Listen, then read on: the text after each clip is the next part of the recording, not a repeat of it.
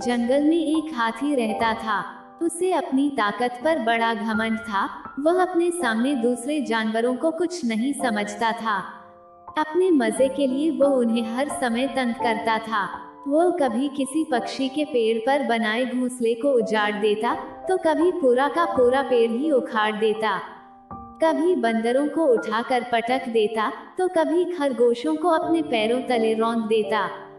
सभी जानवर उससे परेशान थे, लेकिन उसकी ताकत के सामने कुछ कर नहीं पाते थे। एक दिन हाथी नदी से पानी पीकर लौट रहा था। वहीं नदी किनारे एक पेड़ के नीचे चींटियों का बिल था। आसपास ही चींटियां अपने काम में जुटी हुई थीं। बरसात के पहले वे अपने बिल में भोजन इकट्ठा करने मेहनत कर रही थीं। हाथी को मस्ती सूझी और उसने अपनी सूंड में भरा पानी चींटियों के बिल पर डाल दिया। चींटियों का बिल उजड़ गया। अपना घर उजड़ जाने के बाद भी डर के कारण चींटियां हाथी से कुछ कह नहीं पा रही थीं। लेकिन एक चींटी को बहुत गुस्सा आया। वो बिना डरे तेज आवाज में हाथी से बोली, ये क्या कर दिया तुमने? हमारा घर उजाड़ दिया, अब हम कहाँ करेंगे? चींटी की बात सुन हाथी बोला, चुप कर चींटी, नहीं तो अभी तुझे अपने पैरों के नीचे दबाकर कुचल दूंगा। तुम्हें इस तरह दूसरों को तंग नहीं करना चाहिए। जब तुम्हें कोई तंग करेगा तब तुम्हें समझ आएगा। चींटी ने फिर से बिना डरे कहा, कौन मुझे तंग करेगा?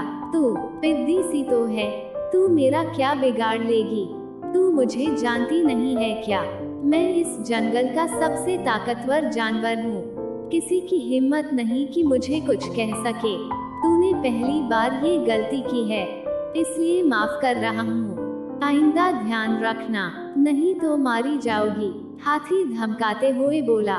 चींटी उस समय तो चुप हो गई, लेकिन मन ही मन सोचने लगी कि इस घमंडी हाथी को सबक सिखाना जरूरी है, वरना ये यूं ही सबको यूं ही तंग करता रहेगा। ये मौका उसे उसी दिन शाम को मिल गया।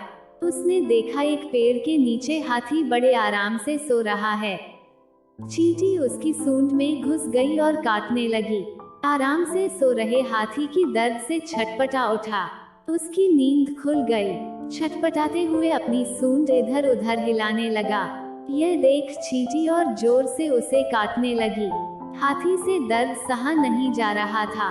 वो जोर जोर से रोने लगा और मदद की पुकार लगाने लगा, लेकिन उसकी मदद को कौन आता? उसने तो जंगल में सबको परेशान कर रखा था। चींटी उसे काटती रही और वह दर्द से चीखता रहा। अंत में निढाल होकर वह जमीन पर गिर पड़ा और रो रो कर कहने लगा, क्यों मुझे परेशान कर रहे हो? मैंने तुम्हारा क्या बिगाड़ा है? यह सुनना था कि चींटी बोली, मैं वही चींटी हूँ जिसका और जिसके साथियों का घर तुमने उजाड़ दिया था।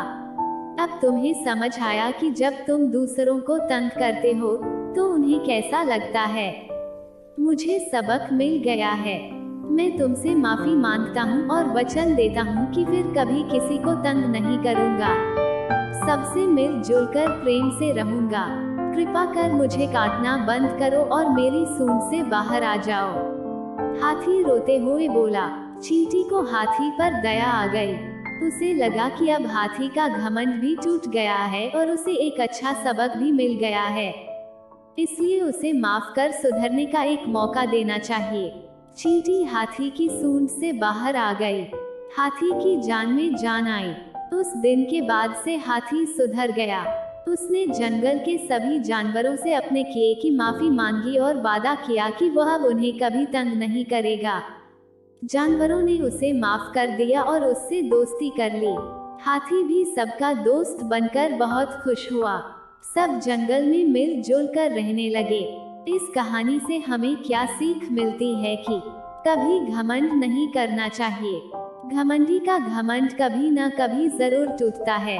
दूसरों की सदा सहायता करनी चाहिए, तभी मुसीबत के समय वे आपकी सहायता करेंगे।